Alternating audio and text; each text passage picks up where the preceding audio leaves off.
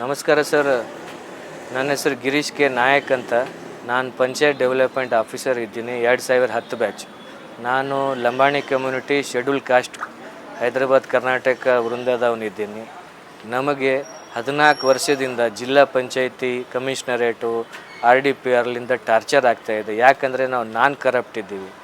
ನಾನ್ corrupt ಯಾರ್ಯಾರು PDOs ಇದ್ದಾರೆ ಅವ್ರಿಗೆ ಈ ಥರನೇ 14 ವರ್ಷದಿಂದ ಟಾರ್ಚರ್ ಮಾಡ್ತಾಯಿದ್ದಾರೆ. ನಾವು ಒಬ್ಬರೇ ಅಲ್ಲ, ಇನ್ನೊಬ್ಬರು ಸರ್ವಿಸ್ ಮ್ಯಾನ್ ಕಾರ್ಗಿಲ್ ವಾರ್ ಯೋಧರು ರಾಮಚಂದ್ರ ಅಂತಿದ್ದಾರೆ, ಅವರಿಗೂ ಈ ಥರನೇ ಟಾರ್ಚರು ಮಾಡ್ತಾಯಿದ್ದಾರೆ.